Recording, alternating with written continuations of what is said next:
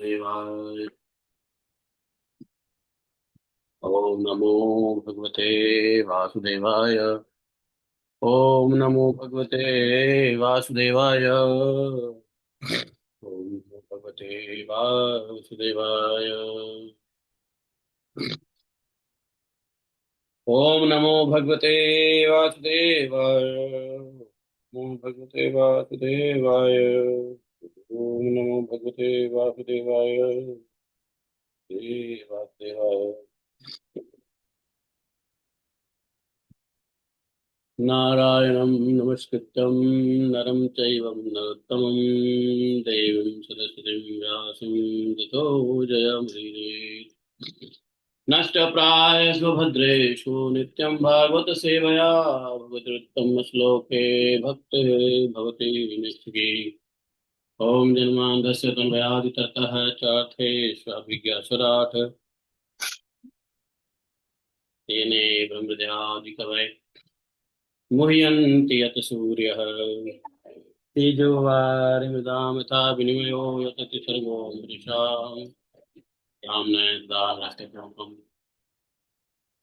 सत्यं परमधीमहि धर्मः प्रोदितकैतवत्र परमो निर्मत्सराणां ददां भद्रं मातरवस्क शिवदं तापत्रयोन्मूलम् श्रीमद्भागवत महामुनिकृते तुङ्गा परमेश्वरः सद्यो हृदयवर्धत पृथिवी शुशोभिः तत्क्षणात् निगम कल्पतरोर्गलितं फलं सुखमुखाद्रवितसंयुतम्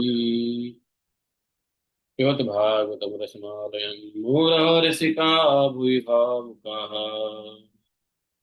अहं सर्वस्य प्रभवो मत्तः सर्वं प्रवर्तते किमत्वां भजन्ते मां बुधा भावा स्मृता मच्चित्ता मद्गतप्राणा बोधयन्तः परस्परं कथयन्तः मां नित्यं तुष्यन्ति चारमतिजा तेषां शतदीप्तानां भजतां प्रीतिपूर्वकं ददामि बुद्धयो येन मां ते तेषामेवानुकम्पार्थम् अहम् अज्ञानिजं तमः नाशयातुं भावस्थो ज्ञानदीपेन भास्वता अहमेवास्मेवाग्रे नान्यत् सतः सत्परं पश्चादं ते तस्य विशिष्येत स्वस्म्यहम् तृतीयर्थं यत् प्रतीयेत न प्रतीयेत चात्मनि तद्विद्या दातुनो माया यथा भासो यथा तमहि यथा महान्ति भूतानि भूतेषु चावजिष्णु पृष्ठानि तथा तेषु तेषाम् एतावदेव जिज्ञासं तत्त्वजिज्ञासनातुनः न व्यतिरेकाभ्यां वित्स्यात् सर्वत्र सर्वदा।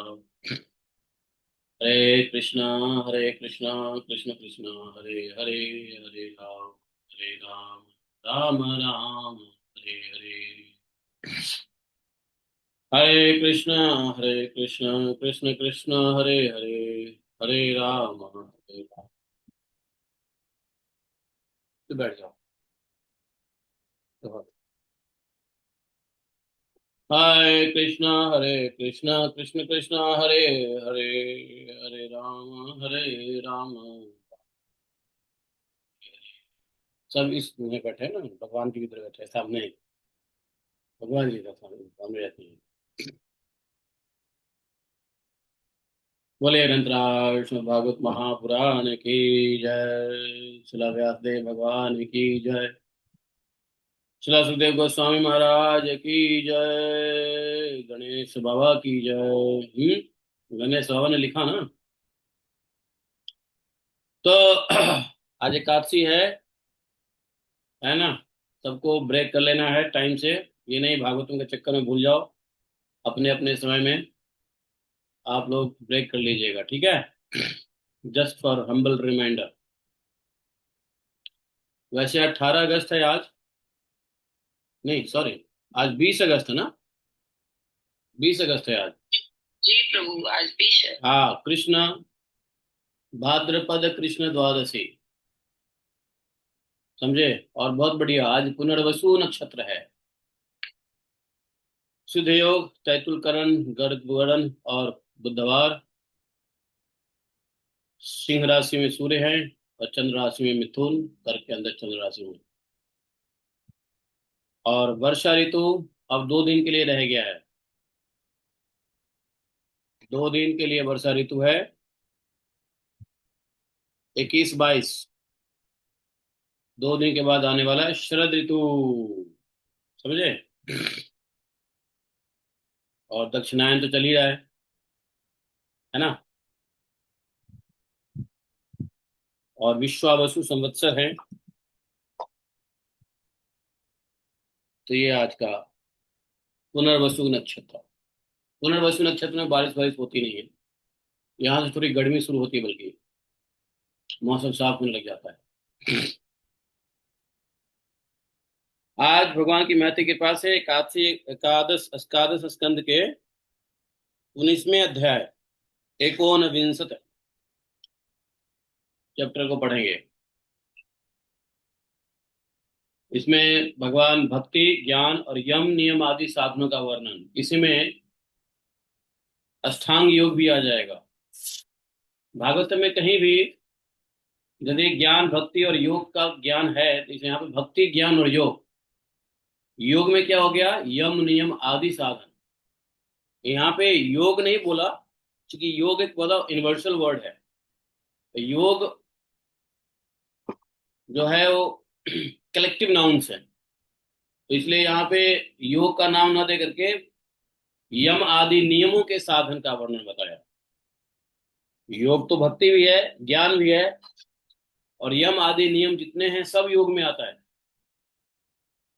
यम नियम आदि, आदि का मतलब क्या हो गया, यम नियम आसन प्राणायाम प्रत्याहार धारणा ध्यान समाधि। तो यम नियम से लेकर के समाधि तक ये क्या है, शारीरिक स्तर है। भक्ति भाव का स्तर है, और ज्ञान शटल लेवल है। शटल शटल मतलब समझे, सूक्ष्म शरीर। यम नियम ग्रॉस शरीर स्थूल शरीर। भक्ति मन और भाव। मन भाव किधर होता है, मन ही है। तो मानसिक स्तर पे भक्ति, बुद्धि के स्तर पे ज्ञान, और शरीर के स्तर पे यम और नियम। तो भक्ति और ज्ञान सूक्ष्म शरीर, और यम नियम स्थूल शरीर। कोई यम नियम आसन प्राणायाम को ही योग समझता है तो बेवकूफी है। योग का मतलब है भक्ति ज्ञान और यम नियम आदि। जैसे without following regulatory principle one cannot be in Krishna consciousness. कोई अगर कृष्ण कॉन्शियसनेस फॉलो करता है तो इसका मतलब है कि वह रेगुलेटरी प्रिंसिपल भी फॉलो करता है। अगर रेगुलेटरी प्रिंसिपल फॉलो नहीं करता है तो इसका मतलब है कि कृष्ण कॉन्शियस नहीं फॉलो करता है। उसी प्रकार से ये रेगुलेटरी प्रिंसिपल है यम नियम, और इसके साथ ज्ञान और भक्ति, तब बनता है कंप्लीट पैकेज योग। तो इस अध्याय में, ये अध्याय मेरा बहुत फेवरेट अध्याय है उद्धव जी का, क्योंकि इसमें योग पूरा योग का पैकेज देते हैं भगवान। और योग क्या है, साध्य है या साधन है। योग साध्य भी है और साधन भी है। जब तक हम अभ्यास करते हैं तो साधन है, और अभ्यास की पूर्णता हो जाती है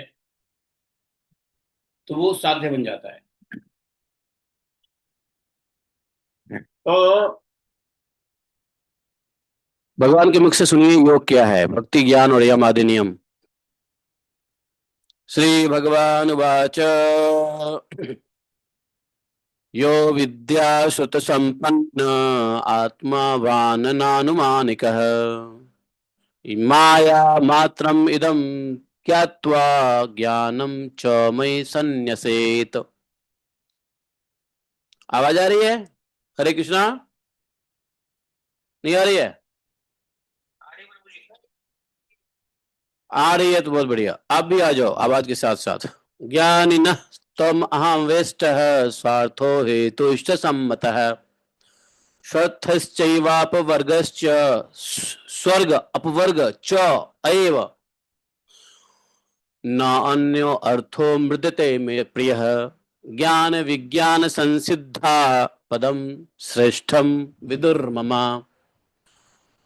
ज्ञानी प्रियतमो तो मे ज्ञानेन स्वविभर्ति माम तपस्स तीर्थम जपो दानम पवित्र पवित्राणि तराणि च।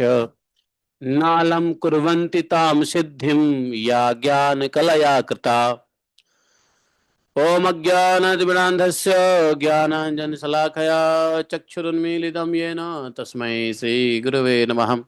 श्रीचैतन्यमनोविष्ठं स्थापितं येन भूतले स्वयं रूपः कदा मह्यं ददाति स्वपदान्तिकम्।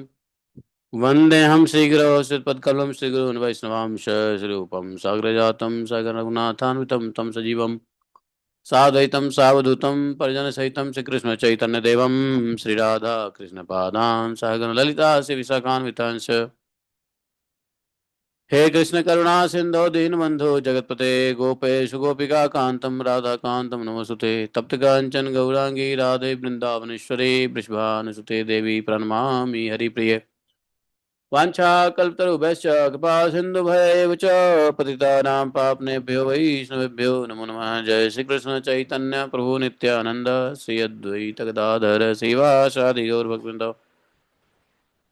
हरे कृष्ण कृष्ण कृष्ण हरे हरे हरे राम राम राम हरे हरे।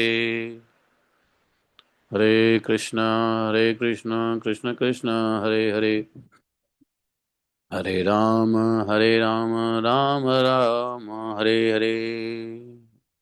तो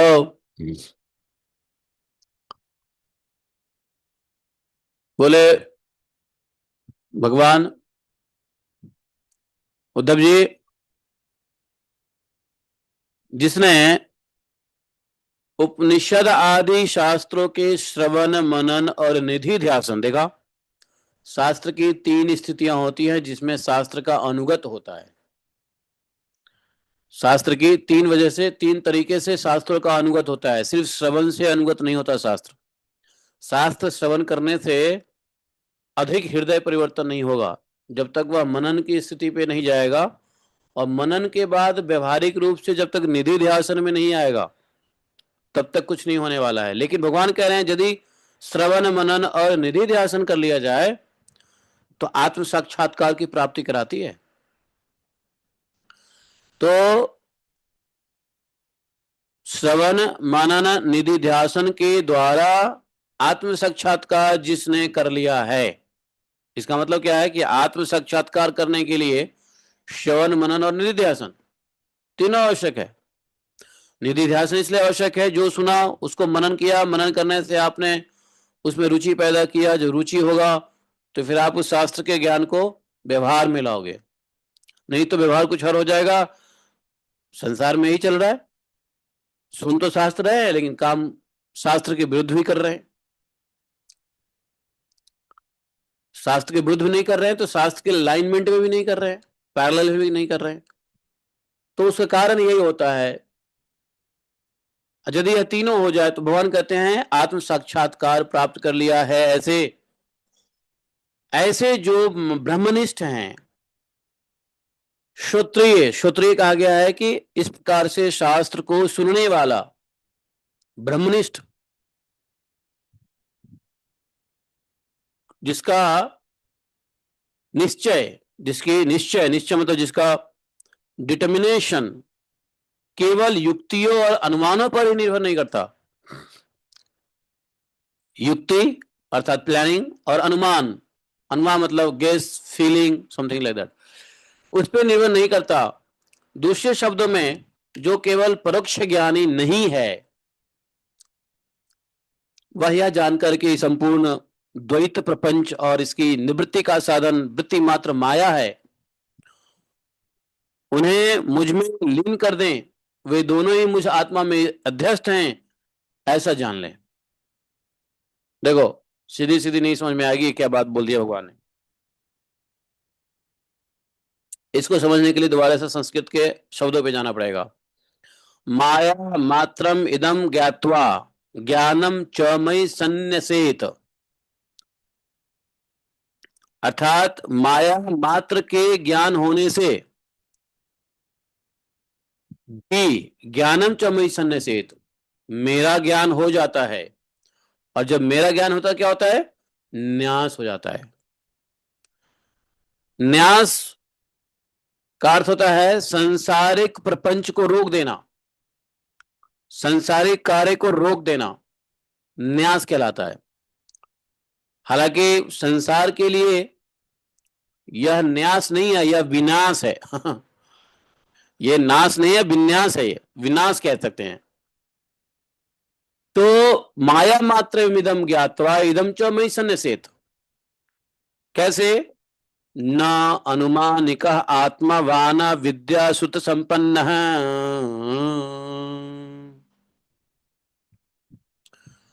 तो जो कुछ भी यह संसार में प्रपंच दिख रहा है, और उस पंच का निवृत्ति साधन क्या है? वृत्ति ज्ञान। उसका क्या है? बोले वृत्ति ज्ञान। वृत्ति ज्ञान क्या है? वृत्ति ज्ञान क्या है? माया का ज्ञान। अर्थात माया में जो ज्ञान फंसा हुआ है, वृत्ति ज्ञान, कहते हैं उसको मुझ में लीन कर दो। तो भगवान को जानने के दो तरीके हैं, या तो ब्रह्म को जान लो तो भगवान को जान लोगे, ब्रह्म जानाति इति। और दूसरा कि माया मात्र इदम ज्ञात्वा, जो इस श्लोक में कह रहे हैं। लेकिन ब्रह्म ज्ञान के बारे में कहां कह रहे हैं भगवान? वो कह रहे हैं ईशोपनिषद में। क्या कह रहे हैं? अथार्थो ब्रह्म जिज्ञासा। वो वो कौन सा वो है, क्या बोलते हैं उसको? ब्रह्म। हमने कहा था ना, एक किताब है जो हम लोग को पढ़ना था लेकिन अभी पढ़े नहीं। मतलब हमने तो पढ़ लिया है, लेकिन उसकी विवेचना करना चाह रहे थे हम। वो ब्रह्मसूत्र, हाँ ब्रह्मसूत्र। ब्रह्मसूत्र। देखो, मरने से पहले ब्रह्मसूत्र को एक बार जरूर पढ़ लेना, ठीक है, या सुन लेना। ब्रह्मसूत्र को पढ़े बिना मत मरना, बता रहा हूं। तो जैसे योग सूत्र है ना, वैसे पूरे भगवत ज्ञान का सूत्र है ब्रह्मसूत्र। योग सूत्र है, वैसे ब्रह्म सूत्र है, वैसे भक्ति सूत्र है। तो सूत्र को मत बोलो, क्योंकि सूत्र एक ऐसा बुलेट पॉइंट्स रहता है जिससे सारा ज्ञान, चूंकि दिमाग में सारा ज्ञान रहता नहीं है। सूत्र से क्या होता है? सूत्र को याद रखने से क्या होता है, पूरा उसको एक्सप्लेन कर सकते हो।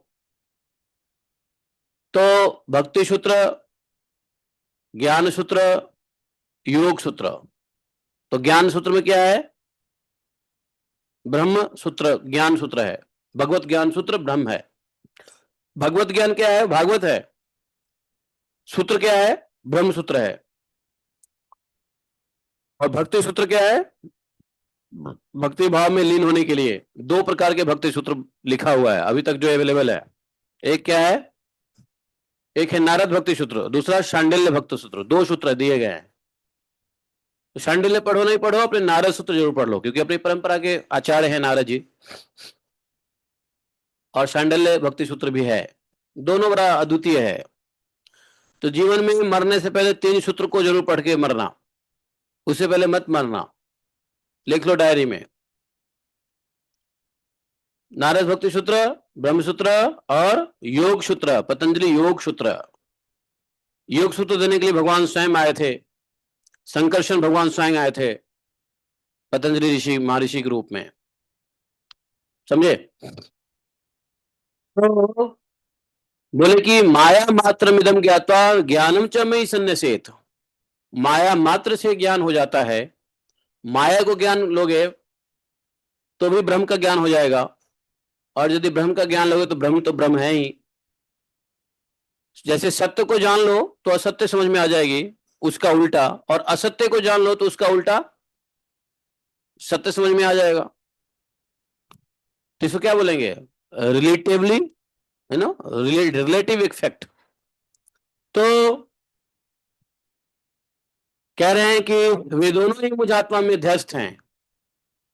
माया मात्र, वृत्ति ज्ञान, साधन, निवृत्ति का साधन। योग क्या है? निवृत्ति के साधन है। संसार की जो वृत्ति है उसको न्यास करने के लिए, संपूर्ण न्यास को सन्यास कहते हैं।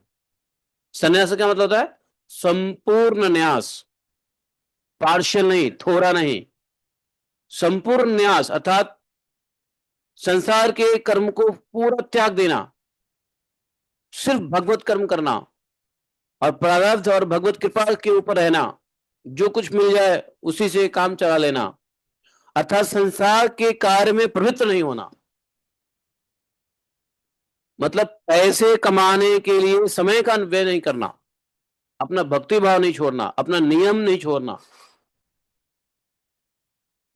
ऐसा। तो ये बोला कि माया मात्र दम ज्ञातवा ज्ञानम च मयि सन्न्यसेत, माया मात्र भी ज्ञान हो जाए तो ऐसे ज्ञान से भी भगवान के यहां कहां सन्निश्चित होगा, मई, मुझ में। स आसित भी इसका अर्थ निकलता है, स आसित मतलब संपूर्ण रूप से भगवान में लीन हो जाना,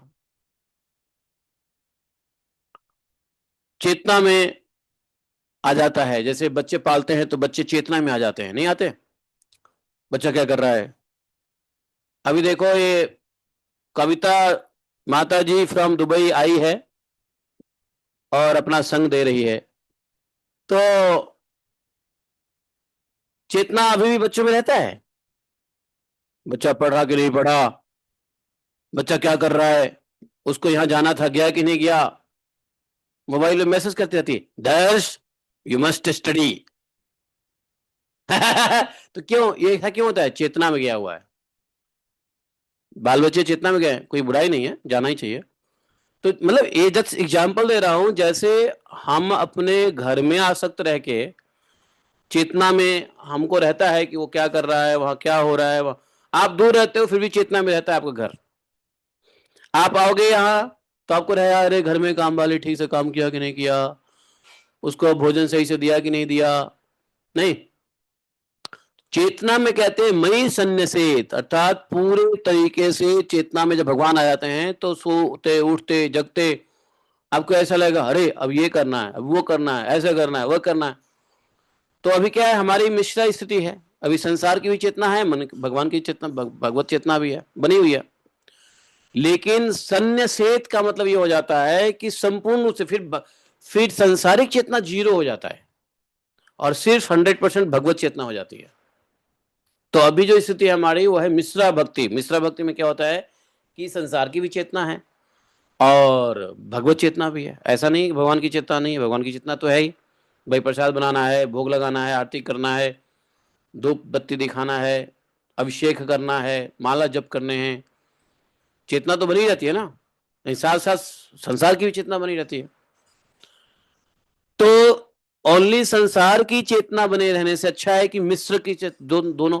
ट्रांसफॉर्मेशन ऐसे ही होता है, जब भक्त कोई नहीं होता है तो क्या होता है, पूरे संसार की चेतना में होता है, और संसार की चेतना धीरे धीरे संसार से हटके 50-50 हो जाता है, मिश्रा हो जाता है।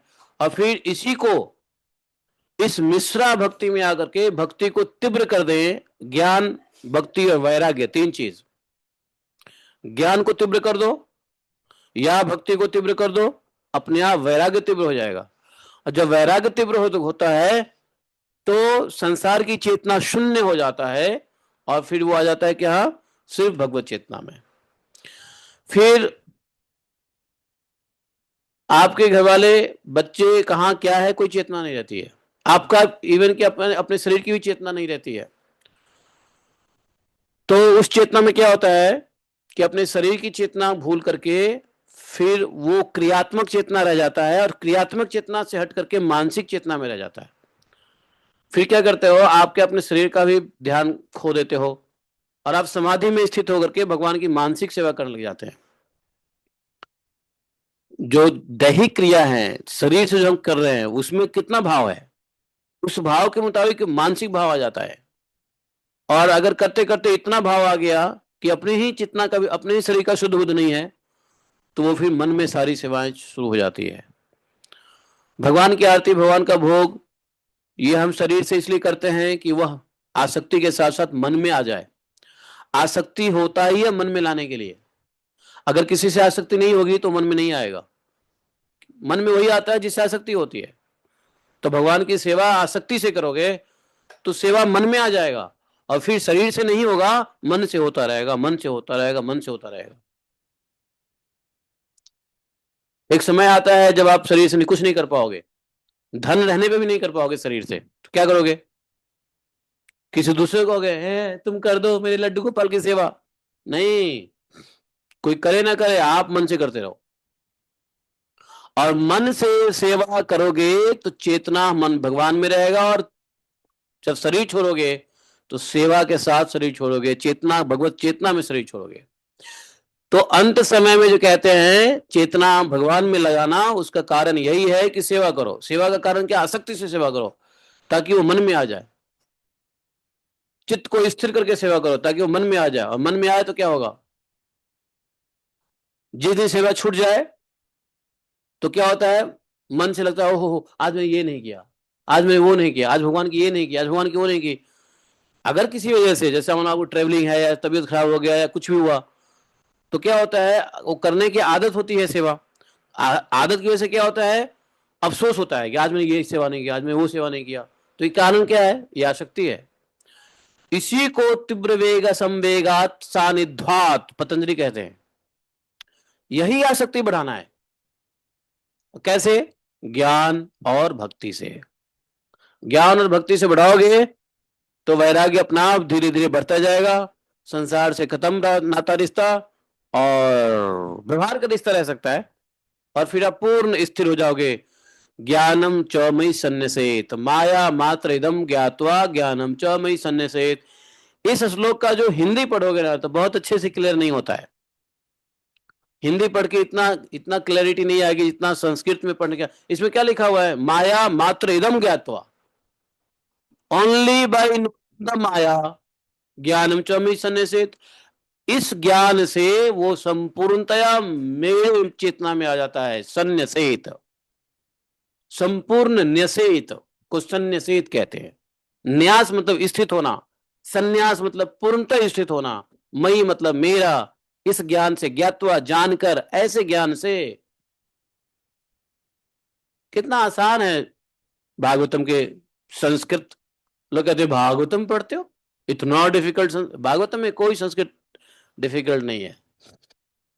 और ये कब होगा? ये स्थिति कब आएगी? यो विद्यासुत संपन्न, जो शास्त्र को सुन सुन करके पक गया होगा।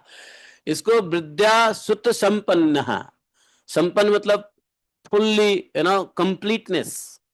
और विद्या श्रुत, जैसे विद्याधर कहते हैं, तो विद्या को धारण करने वाले पंडित को विद्याधर कहा, लेकिन विद्या को सुनने वाले को विद्या श्रुत कहते हैं। तो यो विद्या श्रुत संपन्न आत्मवान न अनुमानिक। तो ऐसे विद्या संपन्न, विद्या श्रुत संपन्न जो व्यक्ति है, उसको यहां पे कह दिया हिंदी में श्रोत्रिय एवं ब्रह्मनिष्ठ। तो जो श्रोत्रिय और ब्रह्मनिष्ठ होता है वह सिर्फ युक्ति और अनुमानों पर निर्भर नहीं करता। समझे? आगे बढ़ो। भगवान ने कहा, देखो उद्धव जी, जो ज्ञानी पुरुष होते हैं, ज्ञानी पुरुष का जो अभिष्ट है, अभिष्ट समझते हो? ज्ञानी पुरुष का मतलब जो प्राप्य है, जो ज्ञानी पुरुष प्राप्त करना चाहता है, वह मैं हूं। बोल रहे वह मैं हूं। ज्ञानी पुरुष का अभिष्ट पदार्थ मैं ही हूं। अर्थात यदि हम भगवान के अलावा कुछ और चाहते हैं तो हम ज्ञानी नहीं हैं। इसका मतलब ये हुआ, ज्ञानी पुरुष का इच्छित डिजायर्ड ऑब्जेक्ट मैं हूं, क्योंकि वह मुझसे प्रेम करता है, मेरे अतिरिक्त किसी भी पदार्थ से प्रेम नहीं करता। मैं ही उसका साध्य हूं, मैं ही उसका साधन हूं, मैं ही स्वर्ग, मैं ही अपवर्ग, मैं ही सब कुछ हूं। स्वर्ग भी मैं ही हूं, अपवर्ग भी मैं ही हूं, साध्य भी मैं ही हूं, साधन भी मैं ही हूं, पदार्थ भी मैं ही हूं। मेरे अतिरिक्त किसी पदार्थ से वह प्रेम नहीं करता। अर्थात जो किसी और से प्रेम करता है भगवान के अलावा, वह ज्ञानी नहीं है। ज्ञानी पुरुष, इसके लिए बड़ा अच्छा श्लोक दिया है। क्या? ज्ञानिनस्तम अहमेव विष्टः स्वार्थो हेतुश्च सम्मतः स्वर्गश्च अपवर्गश्च न अन्यो अर्थो मद्रते प्रिया। हम्म। तो ज्ञानी का एक नया डेफिनेशन भगवान ने दिया है, मेरे अलावा किसी से प्रेम नहीं करता। और सुनो, जो ज्ञान विज्ञान संसिद्धा पदम श्रेष्ठम विदुर्मम ज्ञानी प्रियतमो अतो मे ज्ञाने नासो विवर्तमाम। भगवान कहते हैं कि उद्धव जी, जो ज्ञान और विज्ञान से संपन्न सिद्ध पुरुष हैं, ज्ञान और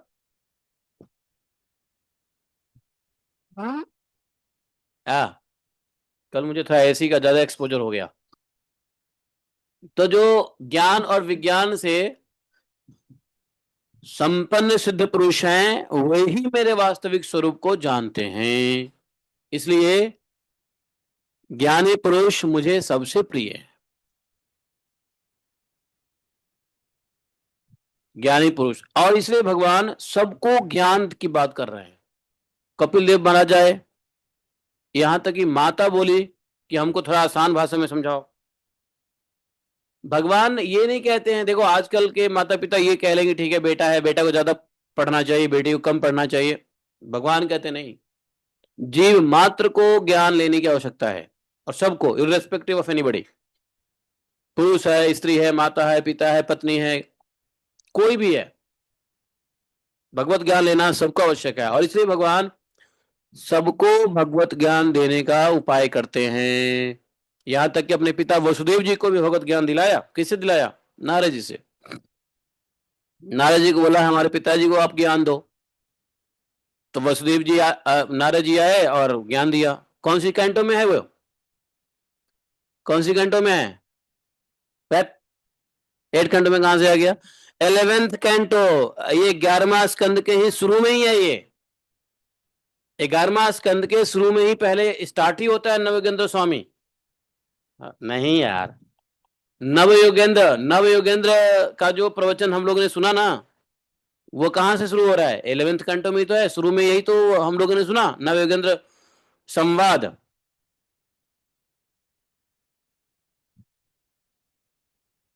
अरे कुरुक्षेत्र में गोपियों को दिया था, वासुदेव जी को दिया, वसुदेव जी को दिया था वो द्वारका में। तो इसलिए भगवान कहते हैं कि ज्ञानी पुरुष ज्ञान विज्ञान संसिद्धा पदम श्रेष्ठम विदुर्ममा, हमें ज्ञानी पुरुष अधिक प्रिय है। लेकिन कौन सा ज्ञानी पुरुष? ये नहीं डॉक्टर इंजीनियर वाली ज्ञानी। ज्ञानी का मतलब भगवत ज्ञानी, जिसको भगवान के अलावा कुछ और जो भगवत ज्ञानी होगा वो भगवान के अलावा कुछ और नहीं चाहेगा। ज्ञानी, भगवत ज्ञानी पुरुष का लक्षण क्या है? उसका साध्य साधन स्वर्ग अपवर्ग भगवान होते हैं, वह भगवान के अलावा किसी से प्रेम नहीं करेगा, वही ज्ञानी है। अगर कोई कहे कि मैं भगवत ज्ञानी हूं लेकिन प्रेम करता हूं भगवान के अलावा किसी और से, तो वो ज्ञानी वास्तव में नहीं है। ज्ञानी के लक्षण है उसका साध्य साधन सब भगवान में होगा। भगवान कहते हैं कि इसलिए ज्ञानी पुरुष मुझे सबसे प्रिय है। उद्धव जी, ज्ञानी पुरुष अपने ज्ञान के द्वारा निरंतर मुझे अपने अंतःकरण में धारण करते हैं। देखो एक बार बताऊं, ये बात बड़ा इंपॉर्टेंट है। देखो, जो अज्ञानी होगा वो भगवान को सिर्फ मंदिर तक देखता है। जो अज्ञानी लोग होते हैं वो मंदिर में जाएंगे, मंदिर की खूबसूरती देखेंगे, वहां का ब्यूटी देखेंगे, ये करेंगे वो करेंगे, और ज्ञान नहीं है। ज्ञान क्या नहीं है? जब भगवत ज्ञान नहीं है तुमको पता नहीं अंतःकरण क्या है, चित्त क्या है, मन क्या है, जीवात्मा क्या है, संस्कार क्या है, बुद्धि क्या है, अहंकार क्या है, कितने अहंकार है, भगवान अंदर कहाँ कहाँ बैठे हुए हैं इस शरीर के अंदर में। यह ज्ञान नहीं होने से क्या है, वो सब कुछ देखेगा कि बाहर ही भगवान है, लेकिन वह अपने अंदर में अंतःकरण में भगवान को धारण नहीं कर सकता है, क्योंकि यह भगवत ज्ञान से ही संभव है। तो अंतःकरण की धारणा की स्थिति जो है वह ज्ञान है। इसलिए योग में पहले सूत्र समझना जरूरी है और थ्योरी समझना जरूरी होता है। जो योग की थ्योरी को नहीं समझेगा, जैसे योग फिलॉसफी है, सांख्य फिलॉसफी है, योग फिलॉसफी है। योग फिलॉसफी का एक एग्जांपल दे रहा हूं कि यदि कोई थ्योरी को नहीं समझेगा, सिर्फ प्रैक्टिकल समझेगा योग को, वास्तव में योग का 5% भी नहीं समझेगा, क्योंकि वह योग एक्सटर्नली करेगा, लेकिन इंटरनली उसका योग कभी नहीं हो सकता, क्योंकि थ्योरी नहीं मालूम उसको, ज्ञान नहीं उसको उस विषय का। वैसे ही भक्ति में भी जब जब तक भगवत भगवत स्थिति, अंतःकरण का ज्ञान नहीं होता है, तब तक वो अज्ञानी लोग सिर्फ भगवान को मंदिर तक ही देखते हैं। मंदिर के बाहर बाकी जीव भूत में नहीं है, क्योंकि ज्ञान नहीं है। अंतःकरण में नहीं है, क्योंकि ज्ञान नहीं है। भगवान निरावरण है, उसका ज्ञान नहीं है। वो भगवान को आवरण में देखते हैं कि मंदिर बंद हो गया तो भगवान का पट बंद हो गया, भगवान बंद हो गया। लेकिन भगवान के पट बंद होने के बाद भी भगवान का आवरण नहीं है, भगवान निरावरण है। जैसे कभी कभी मंदिर में जाते हैं तो मंदिर बंद रहता है, मंदिर बंद रहता है तो कोई भक्त कह रहे मंदिर खुलेगा तो दंडवत करूंगा। अरे ऐसे क्या, गए मंदिर बंद है फिर भी दंडवत करो, क्योंकि भगवान निरावरण है। वहां वहां अगर ज्ञान नहीं होगा तो क्या होगा, कहेगा मंदिर बंद है ना, मंदिर खुलेगा। अब कुछ लोग इंतजार करते रहते हैं मंदिर खड़ा होगा। अरे आए हो तो पहले दंडवत कर लो, और मंदिर खुलेगा तो दोबारा दंडवत कर लेना है, कौन सी आफत आ रही है। लेकिन कुछ लोग खड़े रहेंगे, नहीं अभी मंदिर बंद है, अभी ये है वो है। भगवान निरावरण है। तब जब ज्ञान रहता है भगवान के बारे में, इसलिए भगवान कहते हैं कि देखो ये ज्ञानी लोग जो होता है वो अपने अंतःकरण में धारण करता है, ठीक है। और तत्व ज्ञान के लिए इस मात्र का उदय होने से सिद्धि प्राप्त होती है। वह तपस्या, तीर्थ, जप, दान, ज्ञान, हाँ, अंतःकरण शुद्धि के लिए जो कुछ भी करता है, जो कुछ भी अंतःकरण की शुद्धि के लिए तपस्या करेगा, तीर्थ करेगा, जप करेगा, दान करेगा, किसी भी साधन से अंतःकरण पूर्णतया शुद्ध नहीं हो सकती है। हाँ, शुद्ध होती है, शुद्ध होता है। You feel good when you give charity, you feel good when you visit तीर्थ स्थल। आप तपस्या करो, आपको फील गुड होगा। जप करके उठो 16 माला 32 माला एक बार में, यू फील गुड। लेकिन अंतःकरण पूर्णतया कंप्लीटली नहीं शुद्ध होता है किसी भी साधन से। भगवान ने कह दिया किसी भी साधन से। नालम कुर्वन्ति ताम सिद्धिम या ज्ञान कलया कृता। ज्ञान की कला से, भगवत ज्ञान से जिस प्रकार पूर्ण शुद्धि होती है अंतःकरण की, वैसी शुद्धि किसी चीज से नहीं होती है। इसलिए पूर्ण शुद्धि के लिए अंतोगत्वा भगवत ज्ञान की आवश्यकता है। इसलिए भगवान ने सबको, गोपियों को भी, गोपी तो प्रेम के स्तर पे है, विशुद्ध प्रेम के स्तर पे है, लेकिन उस प्रेम के स्तर पे भी भगवान ने गोपियों को ज्ञान दिया, क्योंकि गोपियां मूर्ख थी, बचपन से पढ़ी लिखी थी ही नहीं। सिर्फ कृष्ण प्रेम पैदा, सभी गोपियां पैदा होती है कृष्ण कृष्ण करते हुए पैदा हुई, और कृष्ण के ही प्रेम में वो रोती धोती रहती।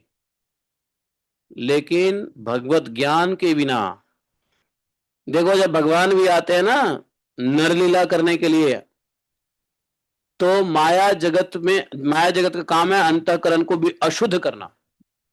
तो भगवान भी अपने अंतःकरण को शुद्ध करने के लिए ज्ञान का साधन लेते ही हैं, और यह ज्ञान सबको उपलब्ध कराते ही हैं।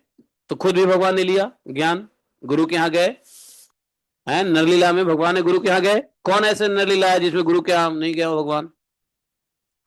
तो नरलीला में गुरु के पास जाते हैं और गुरु से ज्ञान लेते हैं। अभी अभी आपने सुना ना, क्या बोलते हैं, और आप लोग सोचोगे कि सिर्फ संदीपनी मुनि के यहाँ जाकर भगवान ने ज्ञान लिया। ऐसी बात नहीं है, ऐसी बात नहीं है। अभी शिव पुराण में क्या सुना था, भगवान कृष्ण ने किससे उपदेश लिया था? शिव पुराण में है ना, शिव पुराण का जो अंतिम 4-5 चैप्टर है वो भगवान के ही, भगवान उपदेश ग्रहण करते हैं ज्ञान का, योग का, ये सब योगों का ज्ञान। कौन सा है वो, वायव्य वायव्य संहिता में, वो क्या नाम है उनका जो भगवान को ज्ञान देते हैं, उपदेश देते हैं, उसका नाम है उपमन्यु। है उपमन्यु। से भगवान उपदेश लेते हैं। तो सिर्फ सांदीपनी मुनि ही नहीं है जो उनको ज्ञान दिया, वो तो गुरु हैं, लेकिन उसके अलावा भगवान ने और भी बहुत तत्ववेत्ताओं से ज्ञान लिया है। ये लेने का जरूरत नहीं है भगवान को, लेकिन भगवान ने यह लेने की लीला किया है। भगवान कुछ करने की जरूरत नहीं है, करते हैं तो लीला करते हैं। तो इसलिए यहां पे बताया है कि तत्व ज्ञान का लेश मात्र उदय होने से जो सिद्धि प्राप्त होती है, जब भगवत तत्व ज्ञान लोगे और उससे जो सिद्धि प्राप्त होगी और उससे जो अंतःकरण शुद्ध होगा, इसलिए हम लोग, इसलिए प्रभुपाद जी ने क्या किया, प्रभुपाद जी कह सकते थे कि काम करो 16 माला कर लिया तुम बैक टू गॉडेड चले जाओगे, लेकिन प्रभुपाद जी ने ऐसा नहीं कहा। प्रभुपाद जी ने भी नित्यम भागवत सेवया दिया, डेली भागवत कथा। और ये प्रभुपाद जी भी नहीं, प्रभुपाद जी के ऊपर जितने भी गुरु हुए, ये चैतन्य महाप्रभु का आदेश था कि डेली भागवत श्रवण करना आवश्यक है। चित्त का मार्जन डेली करोगे तो पूर्णतया चित्त शुद्ध हो जाएगा। और चैतन्य महाप्रभु ने यह व्यवहार शुरू किया, प्रैक्टिस शुरू किया, किसका, भागवतम का। चैतन्य महाप्रभु रोज भागवतम के ऊपर चर्चा करते थे अपने परिकरों के साथ। और परिकरों ने इस बात को समझ लिया कि नहीं, महाप्रभु का आदेश है और महाप्रभु का यह व्यवहार भी रहा है, तो हम लोग भागवतम रोज पढ़ेंगे। आप जाओ, आप किसी और संप्रदाय में जाओ, डेली भागवतम पढ़ने का कोई नियम नहीं है। वो भागवतम सप्ताह करेंगे, अनुष्ठान करेंगे तो पढ़ेंगे। लेकिन नित्यम भागवत सेवाया जो है, जो भागवतम में ही कहा गया है, जिससे भक्ति भवती निष्ठ की, की निष्ठा भगवान में बढ़ जाती है, वो सिर्फ इसका पालन, हालांकि भागवत में है, लेकिन इसका पालन सिर्फ हम गौड़िया वैष्णव ही करते हैं। गौड़िया वैष्णव के अलावा कोई भी इस तरीके से नित्यम भागवत सेवाया नहीं करते हैं। और कहीं करते होंगे छिटफुट, तो मुझे नहीं मालूम, बट मोस्टली देखा गया है कि गौड़िया वैष्णव में ही रोज भागवतम का सिद्धांत दिया है। इसका कारण यही है। कारण क्या है, तत्व ज्ञान में सिद्धि, तत्व ज्ञान का उदय। डेली इसके ऊपर विचार करो, मंथन करो, जैसे करो तैसे करो करो। और इस प्रकार से अगर आपने पूरा कर लिया मंथन, समझे, तो क्या होगा, ज्ञान ही अपने आप में आपको अंतःकरण में सब कुछ करवा देगा। व्यवहार में कुछ करो नहीं करो, लेकिन ज्ञान से आप अपने हृदय में सब कुछ कर लोगे भगवान की सेवा। इसलिए प्यारे उद्धव, तुम ज्ञान के सहित अपने आत्म स्वरूप को जान लो और फिर ज्ञान विज्ञान से संपन्न होकर भक्ति भाव से मेरा भजन करो। भगवान यहाँ पे भजन की बात कर रहे हैं, लेकिन शुष्क भजन नहीं, शुष्क भजन नहीं कर रहे हैं। कैसा, ज्ञान विज्ञान से संपन्न होकर भक्ति भाव से मेरा भजन करो। बड़ा अच्छा श्लोक है, पढ़ने में मजा आएगा इसमें। ज्ञान विज्ञान संपन्नो भज माम भक्ति भावितः, है ना। ज्ञान विज्ञान संपन्नो भक्ति भाव माम भज। तो ये माम भक्ति भावितः, मेरे भक्ति से भावित होकर के ज्ञान विज्ञान संपन्नो, ऐसा करो। तस्मात् ज्ञानेन सहितम ज्ञात्वा स्व आत्म उद्भव उद्धव। तो उद्धव जी, अब जो है आप आत्म स्वरूप को जान लो ज्ञान के साथ साथ, और फिर ज्ञान विज्ञान से संपन्न हो जाओ और भक्ति भाव से मेरा भजन करो। जबकि उद्धव जी स्वयं बहुत बड़े विद्वान हैं, उद्धव जी। लेकिन हाँ, उद्धव जी का जो ज्ञान है, वो ज्ञान जो पहले ज्ञान था उद्धव जी का, वो निर्गुण ब्रह्म को उपासक थे उद्धव जी। भगवान साथ में हैं, भगवान सखा हैं, लेकिन उनका निर्गुण ब्रह्म। लेकिन निर्गुण ब्रह्म भी कैसा, परफेक्ट नॉलेज है उद्धव जी को। देखो, परफेक्ट नॉलेज यदि सगुण का हो जाए या निर्गुण का हो जाए, दोनों कल्याणकारी है। क्योंकि सगुण ज्ञान भी कम नहीं है और निर्गुण ज्ञान भी कम नहीं है। तो उद्धव जी परफेक्ट निर्गुण ज्ञान में थे। और निर्गुण ज्ञान में कौन नहीं थे, ये जो क्या नाम है अपना, भागवतम जिसमें पढ़ रहे हैं, जिनके मुख से, किनके मुख से पढ़ रहे हैं? सुखदेव जी। सुखदेव जी जो भागवतम कर रहे हैं, सुखदेव जी क्या थे? निर्गुण ब्रह्म के उपासक। उनका स्वरूप था, अलग की बात है, स्वरूप राधा रानी के सुख थे, लेकिन थे वो निर्गुण ज्ञान उपासक। और उनको निर्गुण से सगुण में आकृष्ट करवाया गया। कैसे? तो जब वो निर्गुण ब्रह्म में जब वो लीन थे, और पिता उनके चाहते थे, व्यास देव जी चाहते थे कि इतना बढ़िया बच्चा पैदा हुआ है, शुक, तो इसको, ये चूंकि अधिकारी थे, he was right candidate to pass on many many scriptures, तो बोले कि ये यदि निर्गुण ब्रह्म में चला जाएगा तो ये जो मैंने लिखा महाभारत उसको कौन समझेगा, ये मैंने लिखा भागवत उसको कौन समझेगा, और जो ये नहीं समझेगा तो दुनिया में किसको समझाएगा ये फिर। शंकर जी से प्रार्थना किया था, शंकर जी से तपस्या करके शंकर जी को प्रसन्न किया। शंकर जी आए, बोले कि क्या चाहिए? बोले कि एक हमें पुत्र दीजिए, अपने अपने जैसा ज्ञानी पुत्र दीजिए, ताकि मैंने जो लिखा है उसका प्रचार हो सके। तो शंकर जी ने प्रसन्न होकर कहा कि ठीक है, ऐसा ही होगा। तो सुख जी आए, और सुख जी को फिर कन्वर्ट करने के लिए निर्गुण ब्रह्म से सगुण ब्रह्म को में उनको इंटरेस्ट पैदा करने के लिए क्या किया, उन्होंने अपने 8-10 शिष्य को व्यास देव जी ने भेज दिया, जाओ ये जहां भी बैठेगा ना और निर्गुण ब्रह्म का चिंतन करेगा, तुम क्या करना, दूर से बैठ करके भगवान के कुछ सगुण का लक्षण बोलना।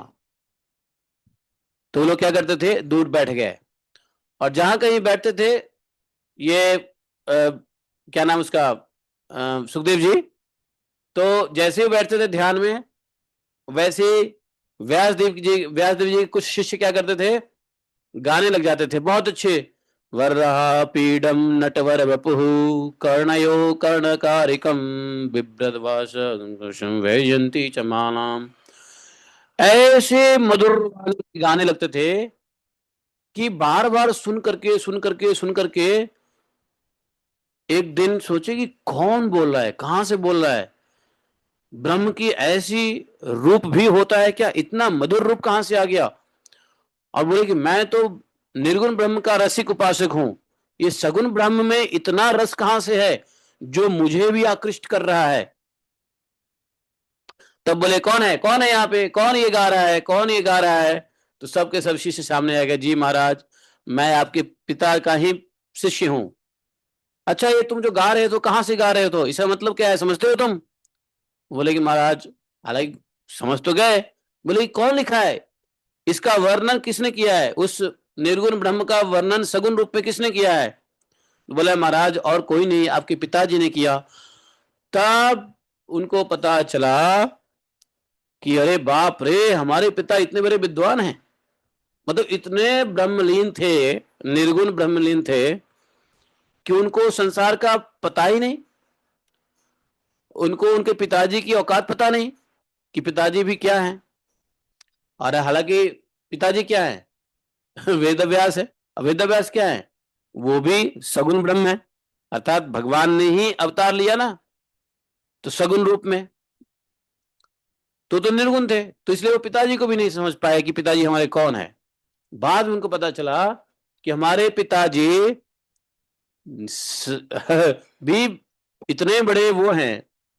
अब जा करके वो वापस बोले कि हमारे पिताजी ने लिखा। तो सुखदेव गोस्वामी वापस घर लौटे, अपने पिता के आश्रम में लौटे, पिता से क्षमा मांगा कि मैं भाग गया था, जन्म लेते ही मैं भाग गया था, आपकी बात सुना नहीं। तो तब जाकर के जो है ना, दोबारा से उन्होंने पिता का आश्रम ज्वाइन किया, वेद व्यास महाराज जी का आश्रम ज्वाइन किया, और सुखदेव गोस्वामी ने फिर अध्ययन किया, व्यास देव जी से सारे शास्त्र का अध्ययन किया।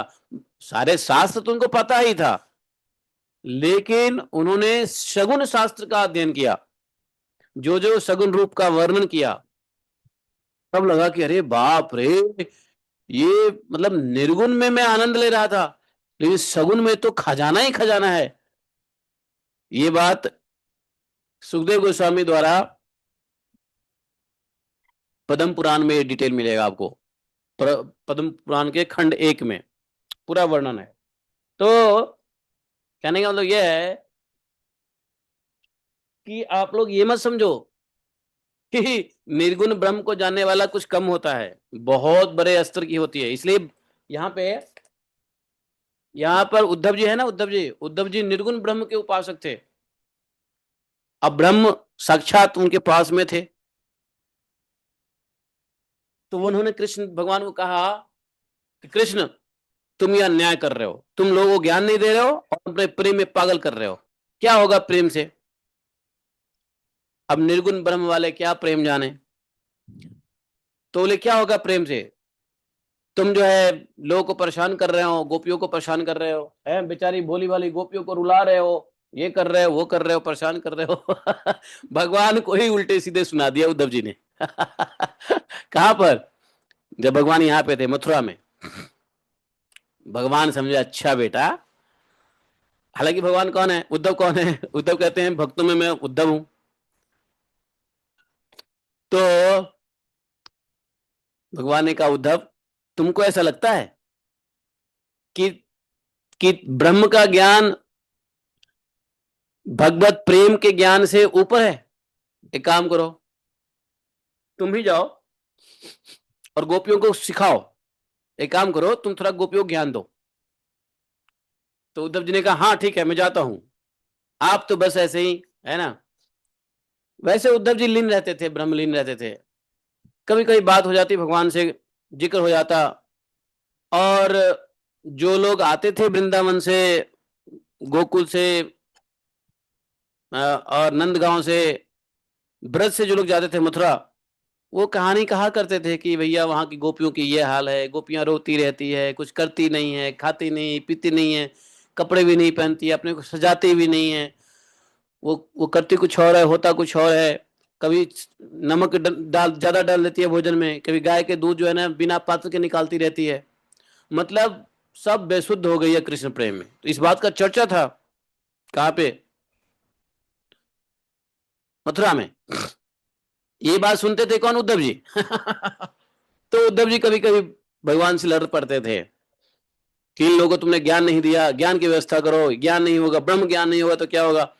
तो भगवान ने कहा तो भगवान ने एक दिन प्रपोजल दिया कि उद्धव, आप ही जाओ, ब्रज में जाओ और गोपियों से जो है ना हमारा संदेश गोपियों को पहुंचाओ। और सुनो, हमारे संदेश को पहुंचाना, लेकिन साथ में उन लोगों को ज्ञान देकर के आना। लेकिन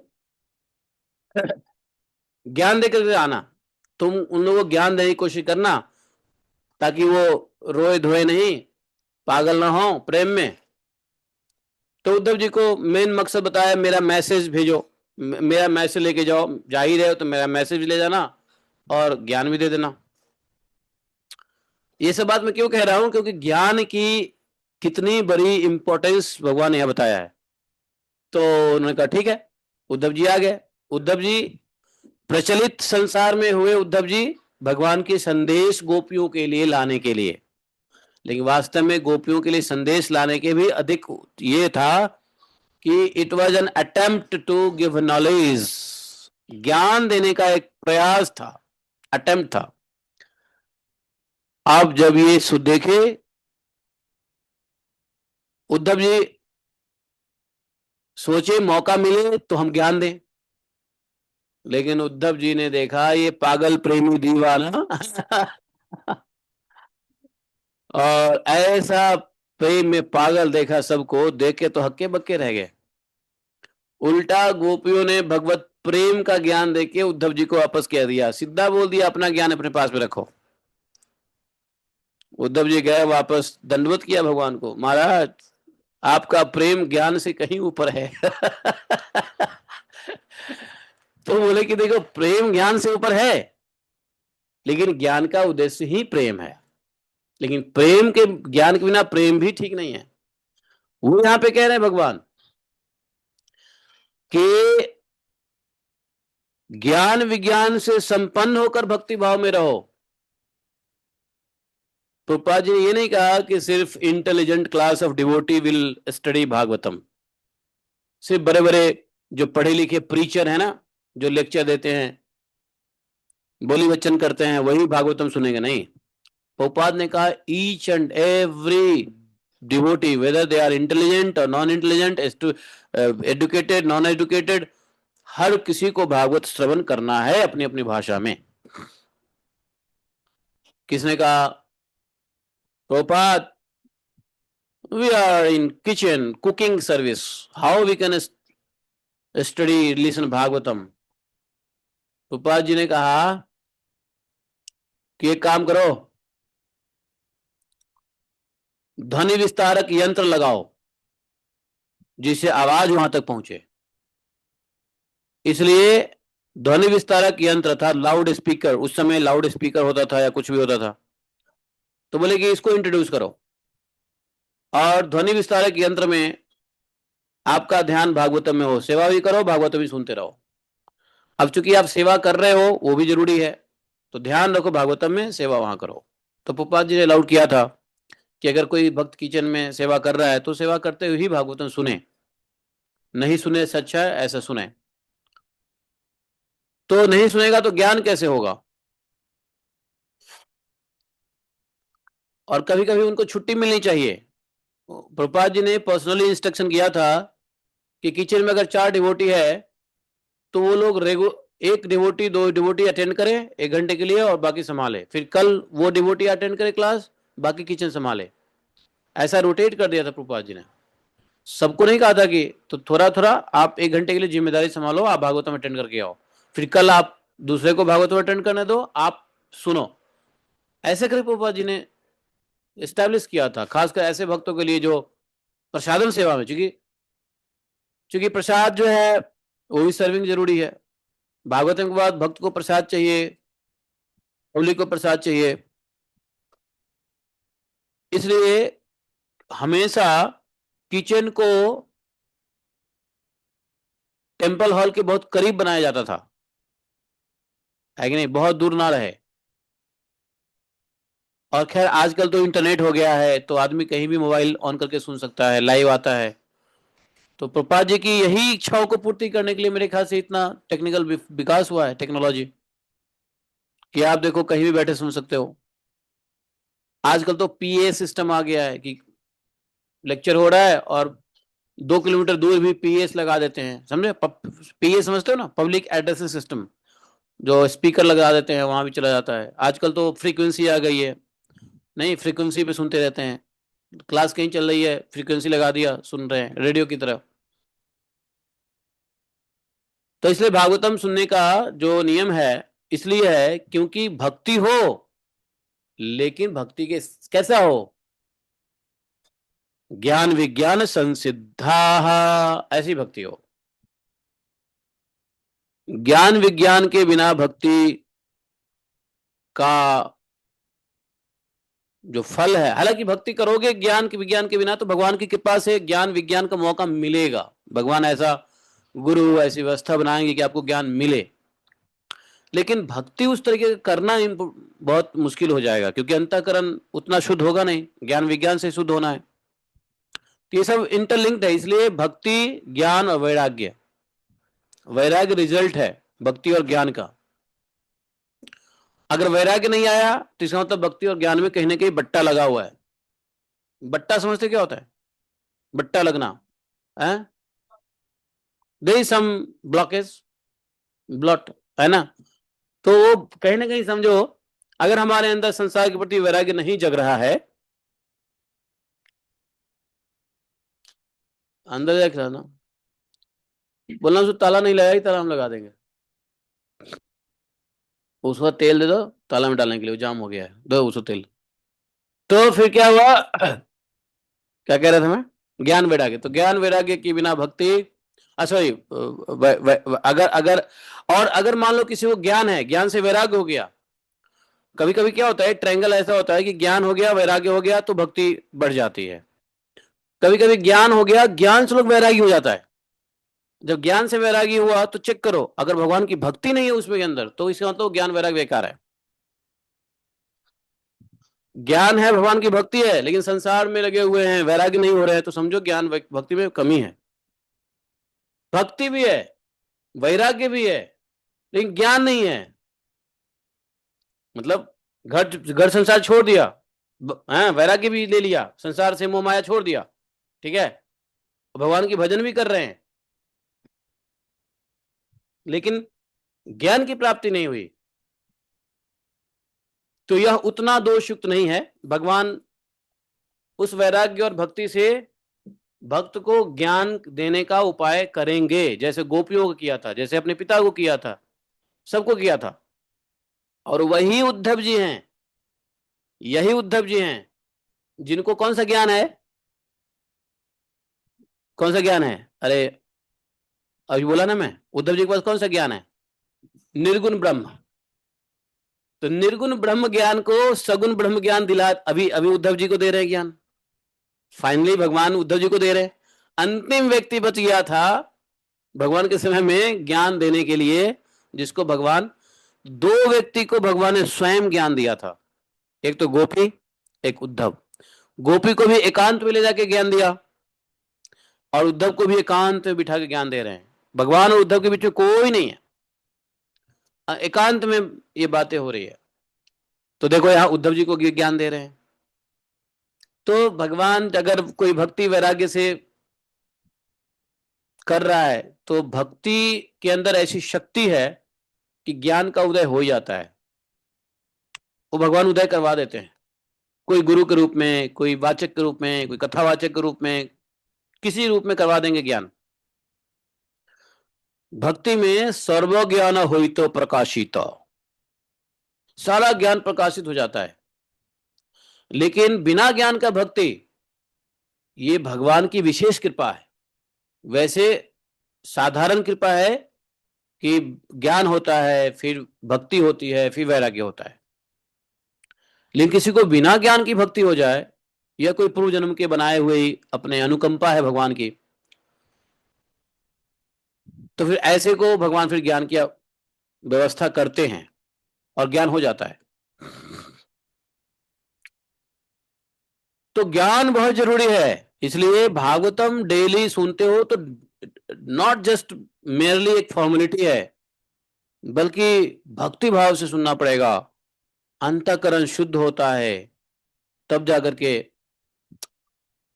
उद्धव जी देखो, ये जो संसार है, शरीर है, तीन विकारों की समष्टि ही संसार शरीर है। इस शरीर में तीन विकार हैं, समझे? और तीन विकार का समष्टि शरीर है। बोले क्या है? आध्यात्मिक, आधिदैविक और आधि भौतिक, ये तीन विकार है, और वह सर्वथा तुम्हारे आश्रित है। ये तीनों दुख जो है, विकार, वो हमारे इसी शरीर के आश्रित है। अगर ये शरीर नहीं तो ये विकार नहीं। यह पहले नहीं था और न रहेगा, ये केवल बीच में जब तक शरीर है तब तक दिखाई देता है। शरीर उत्पन्न होने से पहले आध्यात्मिक, आदि भौतिक, आदि दैविक होता है? नहीं होता है। शरीर जब नष्ट हो जाएगा तो क्या तीनों दुख रहेगा? नहीं रहेगा। तो भगवान कह रहे ये तीनों विकार जो है, पहले नहीं था, न रहेगा मृत्यु के बाद, अंत में सिर्फ केवल बीच में दिखाई देता है। इसलिए इन तीनों विकारों को तुम जादू के खेल के समान माया समझना चाहिए। माया, इसके जो जन्मना है, इसके जो जन्मना है, रहना, बढ़ना, बदलना, घटना, नष्ट होना, ये छह भाव विकार है। तो जो विकार है, इस विकार का छह भाव विकार है: जन्मना, रहना, बढ़ना, बदलना, घटना, नष्ट होना। तो शरीर जन्मता है, शरीर, बॉडी सस्टेन करता है, ग्रोथ करता है, परिवर्तन होता है, ट्रांसफॉर्मेशन होता है, फिर डिके होता है, अंत में नष्ट हो जाता है। तो ये छह भाव है शरीर के: जन्म लेना, रहना अर्थात spending time in this body, बढ़ना, बदलना, घटना और नष्ट होना। ये छह भाव विकार है। तुम्हारा कोई संबंध नहीं है इनसे। आत्मा का इनसे कोई संबंध नहीं है। आत्मा न जन्मता है, न रहता है, न बढ़ता है, न बदलता है, न घटता है, न नष्ट होता है। यही नहीं, ये विकार उसके भी नहीं है, क्योंकि वह स्वयं असत है। असत वस्तु तो पहले नहीं थी, बाद में भी नहीं रहेगी, इसलिए बीच में भी उसका कोई अस्तित्व नहीं होता है। उद्धव जी, ज्ञानम विशुद्ध विप्लम थैत वैराग्य विज्ञानितम पुराम आख्या ही विशेश्वरम विश्वमूर्ते तद्भक्ति योगम च मद्विमृग्यम। क्या बोल दिया? उद्धव जी ने प्रश्न कर दिया कि आप ही विश्व के स्वामी हैं। आपका यह वैराग्य और विज्ञान से युक्त सनातन और विशुद्ध ज्ञान की जिस प्रकार सुदृढ़ हो जाए, उस प्रकार मुझको स्पष्ट करके बताइए। आपका यह वैराग्य और विज्ञान से युक्त सनातन विशुद्ध ज्ञान, तो भगवान भगवत ज्ञान क्या है? विज्ञान है और वैराग्य से युक्त है। साधारण ज्ञान नहीं है, ये विशेष ज्ञान है, विज्ञान है। और वैराग्य से युक्त यह सनातन विशुद्ध ज्ञान जिस प्रकार बढ़े, सुदृढ़ हो, वो उसका मुझे तरीका बताइए। और उस अपने भक्ति योग का भी वर्णन कीजिए, जिसे ब्रह्मा शिव शंकर आदि महापुरुष भी ढूंढा करते हैं। तो दो प्रश्न समझ गए? आगे दो प्रश्न किया यहाँ पे। एक तो भक्ति योग का वर्णन कीजिए, और ऐसा उपाय बताइए जिससे आपका विशुद्ध ज्ञान सुदृढ़ हो। आपका विशुद्ध ज्ञान सुदृढ़ होने का क्या मतलब है? मतलब है कि कैसे हमारे भेजा में उतरे। सुदृढ़ का मतलब क्या? सुदृढ़ का मतलब ये नहीं कि रटे, खूब रट लिया, फटाफट फटाफट श्लोक। नहीं, वो सुदृढ़ ज्ञान नहीं है। सुदृढ़ ज्ञान है कि यह ज्ञान हमारे दिमाग में उतरे। दिमाग में उतरने का मतलब क्या है? दिमाग में उतरने का मतलब है कि आदमी व्यवहार वैसा ही करे। अगर दिमाग में कुछ है और व्यवहार में नहीं है, इसका मतलब दिमाग में है ही नहीं। जैसे कोई दारू पी लेता है, तो दारू पीने के बाद जब दिमाग में चढ़ता है तो क्या करता है? वो दारूबाज की तरह वो व्यवहार करता है। लेकिन कोई व्यक्ति दारू पी ले और सामान्य व्यक्ति की तरह रहे, तो आप कहोगे कि इसने दारू पिया है, लगता है नकली दारू पिया है। है कि नहीं? है। दारू के ऊपर कलंक लग जाएगा यदि व्यक्ति दारू पीने के बाद बेवड़े की तरह ना बोले, बात ना करे, है ना? तो दिमाग पे चढ़ा ही नहीं दारू, नशा दिमाग पे चढ़ा ही नहीं, है नहीं? तो यदि ज्ञान हो, भक्ति का ज्ञान हो, विशुद्ध ज्ञान हो, हाँ, वैराग्य विज्ञान युक्त ज्ञान हो, सुदृढ़ हो मन पे, तो उसका असर शरीर पे दिखनी चाहिए, उसका असर व्यवहार में दिखना चाहिए। व्यवहार अगर नहीं हुआ ज्ञानवानों की तरह, तो ज्ञान ही नहीं है। हाँ, लेकिन यदि आप अवधूत हैं, सन्यासी हैं, परमहंस हैं, तो हो सकता है कि आपको ज्ञान हो लेकिन व्यवहार में ना दिखे। जैसे जड़ भरत, जड़ भरत को ज्ञान था लेकिन व्यवहार में दिखता नहीं था। क्यों? ऐसी स्थिति है परमहंसों की, तब तो ठीक है। लेकिन फिर भी एक शब्द भी ऐसा व्यक्ति बोलेगा ना, तो उसके शब्द से ज्ञान ही ज्ञान फूटेगा। और यही बात तो पकड़ लिया था रघुगन ने, यही बात पकड़ लिया था राजा, किसने? दत्तात्रेय जी के सामने कौन राजा था? है? नहीं नहीं, दत्तात्रेय के सामने कौन सा राजा था? राजा, राजा नहु, कौन था वो? नहीं, राजा नहु ही था। राजा निमि, हाँ देखो मनीषा माता जी को सब याद है, थैंक यू वेरी मच। राजा निमि, ये मनीषा माता जी ना टीचर है, इसलिए सब याद रहता है इनको। टीचर हो ना?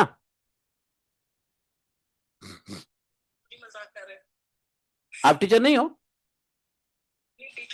तो फिर मैं क्या गलत बोल दिया? हाँ, राजा निमि। तो राजा निमि को जैसे पता चल गया कि ये महान भक्त हैं, ज्ञान वैराग्य से युक्त हैं, जैसे राजा अ, उसको पता चल गया, राजा राजा क्या नाम उसका? अरे यार अभी बोला नाम उसका, रघुगण। राजा रघुगण को पता चल गया। हाँ, तो इस प्रकार से पता चल जाता है। ज्ञान वैराग्य से युक्त व्यक्ति कितना भी अपने को ढके ना संसार में, जब जब जड़ भरत जैसे व्यक्ति ना छुप सके संसार में, क्योंकि ज्ञान वैराग्य का प्रकाश ही अलग है। समझे? तो सुनो, ये प्रश्न था उनका कि भक्ति योग का वर्णन करो और कैसे आपका ज्ञान सुदृढ़ हो, दिमाग में घुसे, व्यवहार में आए, वो हमको बताइए। जो पुरुष इस संसार के विकट मार्ग में तीन ताप के थपेरे खा रहा है, तीन ताप बताया ना, तो बोले तीन ताप के थपेरे जो संसार में खा रहा है और भीतर बाहर जल भर रहा है, उनके लिए आपके अमृत वर्षी युगल चरना रविंदो की छत्र छाया के अतिरिक्त और कोई भी आश्रय नहीं दिखता है, ऐसा लग रहा है। तो इसलिए आपका यह अपना सेवक, अपने बारे में उद्धव जी कह रहे हैं, आपका यह अपना सेवक अंधेरे कुएं में पड़ा हुआ है। ब्रह्म ज्ञानी, ब्रह्म ज्ञानी ब्रह्म के सामने ये कह रहे हैं कि आपका सेवक अंधेरे कुएं में पड़ा हुआ है। और हम लोग हम सोचते हैं कि मैं तो ज्ञान के प्रकाश में आ गया हूं। काल रूपी सर्प ने इसे डस रखा है, फिर भी विषयों के क्षुद्र सुख भोग की तीव्र तृष्णा मिटती नहीं है। काल रूप सांप पीछे भाग रहा है डसने के लिए, लेकिन फिर भी विषयों की जो क्षुद्र भोग तृष्णा है मिटती नहीं है। मोह माया जाता नहीं, मोह माया जाता नहीं है। मोह माया क्या कहता है जीव को, बताओ? मोह माया, अरे हमारे देवपुरी महाराज है क्या? हाँ आए। हाँ जी महाराज। तो आपको पता है देवपुरी बाबा, ये मोह माया क्या जीव को कहता है? सुबह से लेकर शाम तक, शाम से लेकर रात तक, रात से लेकर सुबह तक, सुबह से फिर शाम तक मुझे प्यार करो।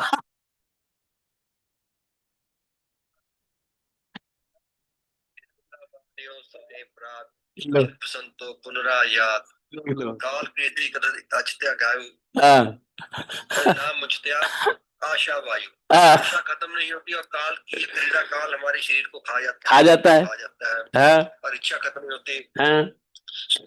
शाम होती है, शिशिर होती है, बसंत होती है।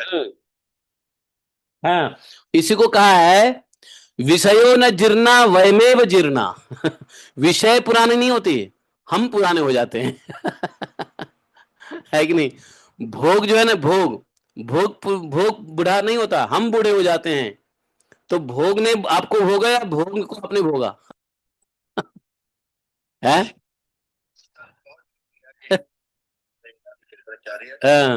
सज्जन संग गति रहता। हाँ, सज्जनों के संग से ऊपर कुछ नहीं है, उसी के साथ ज्ञान हो रहा है। यस, उसी के साथ हो रहा है, भक्ति भी उसी के साथ मिल। बस, क्या बात है, आपने तो जबरदस्त श्रीपाद शंकराचार्य की बात बता दिया। तो यही उद्धव कह रहे हैं कि माया तो सुबह शाम, शाम से रात, रात से दिन, क्या रात से सुबह, फिर सुबह से शाम। मुझे प्यार करो। मैंने देखा यार ये बहुत बढ़िया गाना है। जिसने भी बनाया हो ये गाना, भाई बड़ा दार्शनिक व्यक्ति होगा। मैं भगवान ही सबके अंदर है और सारी दर्शन भगवान देते हैं। तो समझ गया ना? कमल, कमल कहाँ है? कमल सो गए हैं? माया आपको क्या कहती है? सिर्फ सुबह से शाम प्यार करो? माया यही कहती है। क्या कहती है? ओनली सुबह से शाम या शाम से रात भी कहती है?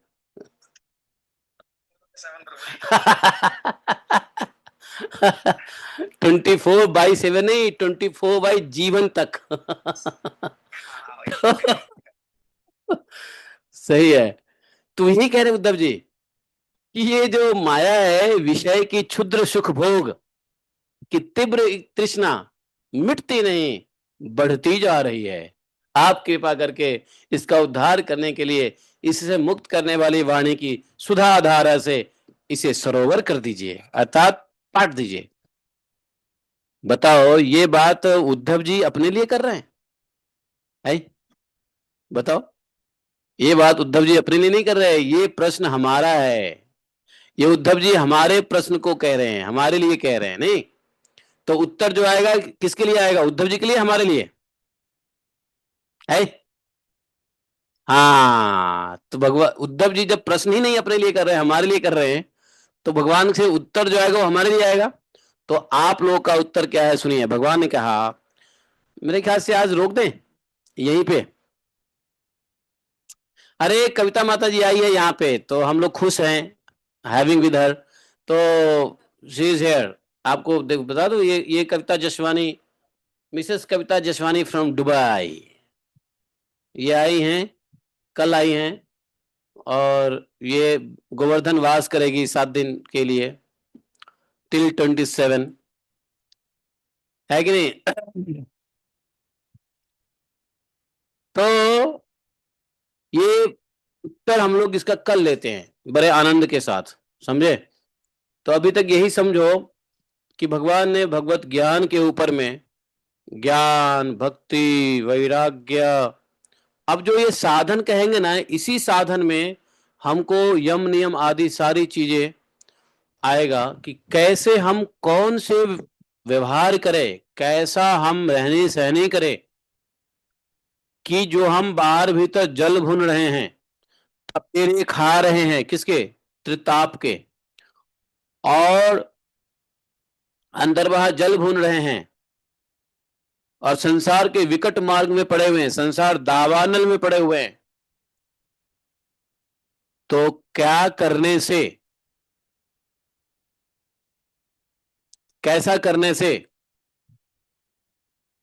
विशुद्ध ज्ञान सुदृढ़ हो जाए? विशुद्ध ज्ञान को क्या कहा है? वैराग्य और विज्ञान युक्त ज्ञान को विशुद्ध ज्ञान कहा है। तो एक होता है शुद्ध ज्ञान, एक होता है ज्ञान, एक होता है विज्ञान, एक होता है विशुद्ध ज्ञान। तो विशुद्ध ज्ञान में होता है कि विज्ञान प्लस वैराग्य। तो ये उसको शुद्ध करने के लिए जो तरीका बता रहे भागवतम के अंतर्गत भगवान, वो आगे बताएंगे। फिर आएगा पंच इंद्रिया, कर्मेंद्रिया, पंच महाभूत, फिर उसको कैसे संभालना है, स्थिति प्रलय प्रत्यय कैसे जानना है। फिर उसके बाद इसका प्रपंच, स्थिर नश्वर, विकारी अविकारी, है ना, बहुत सारी चीज भगवान इसको बताएंगे। श्रद्धा, उसके बाद संगति, अ, प्रयास, प्रयास भी कैसा प्रयास, कौन सा दान, कौन सा सम, कौन सा तप, कौन सा विद्या, ये सब भगवान बताएंगे। कैसा नरक, कैसा स्वर्ग, ये सब भगवान आगे डिटेल में बता रहे हैं। फिर प्रश्न आएगा, अरे इसी में भगवान बताएंगे कि यम नियम करना पड़ेगा। तो उद्धव जी पूछेंगे कि यम नियम क्या है, ये सब बताइए। और दान, दान तपस्या शूरता सत्यरिता, इसकी क्या यम नियम से क्या वो है, वो सब बताएंगे। उत्तम विद्या क्या है, लज्जा उत्तम क्या है, श्री उत्तम श्री क्या है, उत्तम सुख क्या है, उत्तम दुख क्या, ये सब बताएंगे भगवान। पंडित मूर्खों में लक्षण क्या है, ये सब पूछा जाएगा। कुमार क्या है, सुमार क्या है, स्वर्ग क्या है, नरक क्या है, समझे? ये सब कुछ पूछ लेंगे भगवान से, भगवान बताएंगे। यम नियम पतंजलि जी ने कितने बताए, पता है? यम नियम पतंजलि जी ने बताए मात्र 5 5। लेकिन भगवान कृष्ण बताएंगे यम 12 है, नियम भी 12 है। समझ लो। अब भगवान से सुनना है ना, तो कुछ विशेष सुनना पड़ेगा ना, साधारण ज्ञान तो है नहीं। तो भगवान इसको विशेष रूप से बताते हैं कि यम 12 है, नियम 12 है, कौन से यम 12, कौन से नियम 12। तो ये सब बताएंगे। तो यहाँ पे अब पतंजलि योग सूत्र का बाप कह लो, पिताजी कह लो, पतंजलि योग सूत्र का पिताजी कह लो, ये सेक्शन पतंजलि योग सूत्र का पिताजी है। इसमें इसके अलावा न परतरम ज्ञानम, इस भगवान कृष्ण के द्वारा बताए गए ज्ञान के ऊपर कोई ज्ञान है ही नहीं, है ही नहीं। तो पतंजलि जी ने तो जिप फाइल करके बनाया, योग सूत्र है ना, जिप फाइल किया, लेकिन उसको विस्तृत करके भगवान बता रहे हैं। तो हम लोग यहीं पे विश्राम करते हैं आज के डेट में। कल हम लोग फिर भगवान के उत्तर को समझेंगे। बोलिए ग्रंथराज श्रीमद् भागवतम की जय। एकम शास्त्रम देव की पुत्र गीतम एको देवो देव की पुत्र एव एकम मंत्र शतस्नमानि यानि क्रमापि तस्य देवस्य सेवा। तमेव माता च पिता तमेव बंधुश्च द्रविडं तमेव मम सर्वदेव देवः कृष्णाय वासुदेवाय हरे परमात्मने प्रणतक्लेशनाशाय गोविन्दाय नमो नमः। हे कृष्ण करुणा सिंधु दीनबंधु जगतपते गोपेश गोपिका कांतम राधा कांतम नमोस्तुते तप्त कांचन गौरांगी राधे वृंदावनेश्वरी विश्वानुसुते देवी प्रणमामि हरिप्रिये। वाञ्छाकल्पतरुश्च कृपा सिन्धुभैव च पतितानां पापनेभ्यो वैष्णवेभ्यो नमो नमः। जय श्री कृष्ण चैतन्य प्रभु नित्यानंद श्री अद्वैत गदाधर शिवासादि गौर भक्तवृंद। हरे कृष्णा कृष्ण कृष्ण हरे हरे हरे राम राम राम हरे हरे। गोप्याउचुः जयति ते अधिकं जन्मना व्रज शयत इंदिरा सस्वदत्र हि दयितदिश्यताम्। हाँ पढ़ो पढ़ो पढ़ो। दीक्षुतावकास्तव शिशिरासवा त्वां विचिन्वते शरदुदाशये साधुजात सरसिजोदर श्रीमसदश।